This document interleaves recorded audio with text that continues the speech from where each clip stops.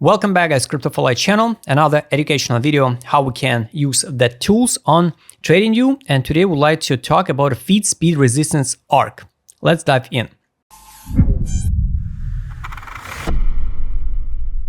I already made videos about retracement Fib, trend-based Fib extension, Fib channels, Fib time zones, Fib speed resistance fan, trend-based Fib, and today we'd like to talk about a Fib speed resistance arcs. Personally, really often I use the Fib retracement, I add it to my favorites, and time to time I can use the trend-based Fib extension. Most of that instruments I never use, but it doesn't mean that instruments you can't use it. All of them help you to determine the algorithm because everything turns around the Fibonacci levels. Personally, for me, I skipped the Fib spiral, so I will not post the video because I've not found that instrument so useful.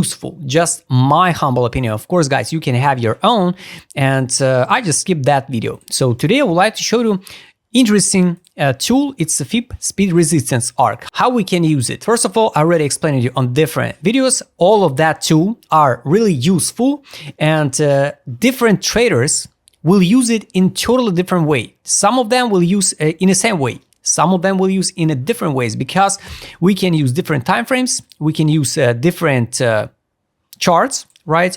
And of course, we can take a look in totally different perspective on the market. So someone can use this like a top, this correction, and use the levels. Some can determine this is a top, this is correction. Some can determine this is a top, this is correction. That's why all of that points is just subjective. So to start use Fib speed resistance arc, we need to choose that instrument, use the magnet, and mark the first top and the end of impulse. So this is a impulse and the end of impulse where we go in a sideways. So it's just my take. How do I see that chart? So this is how arc looks like on the daily time frame. So we hold it. So we use the magnet and hold it. But take a look. While you move scale, you will see the levels absolutely change their position, even if we use the magnet. So how we can use it, how we can work with if the numbers absolutely totally different, right? You need to find out some K movements on the chart when the price reacts at some arc. I would like to find the touches for this correction and for this point. We can use it like this, for example. So this looks pretty good. Pretty good because we got a top, we got a correction, and here we can find out this is a touch, this is a touch. So let's adjust to penny like this one. Got it. And also on a history, we can find out how the price react the levels.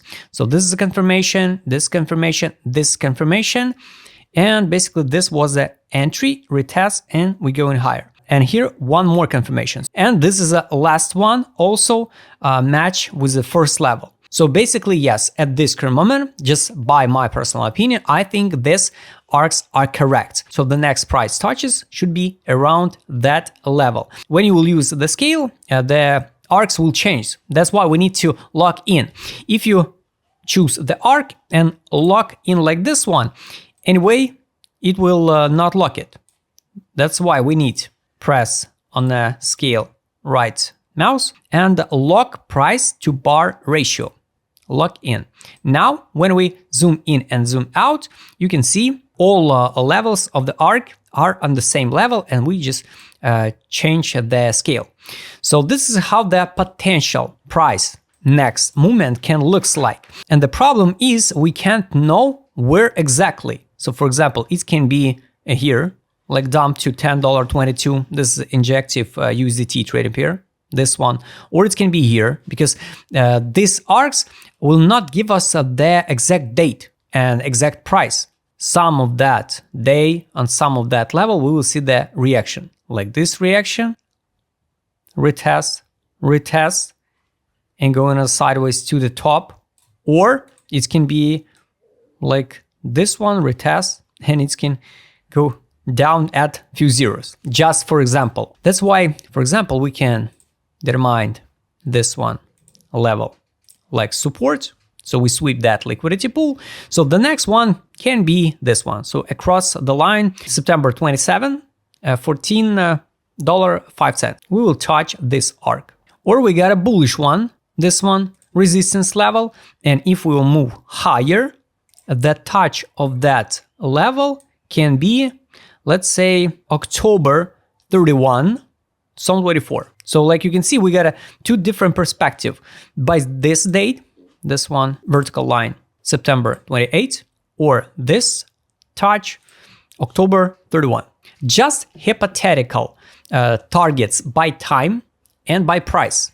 And of course, if you switch to small time frame, the levels will be totally different. For example, 12-hour time frame. The levels and the K dates, absolutely different. That's why, guys, all of that instruments, it's totally subjective.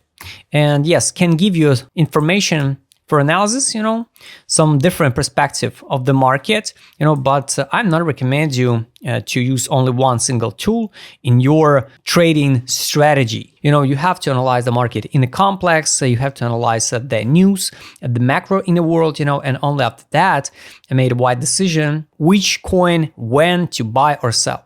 Guys, I hope you like this video about the Fib Arcs. Subscribe channel, hit the like button, hit the notification button. Don't forget to join my Telegram channel. See you next time, guys.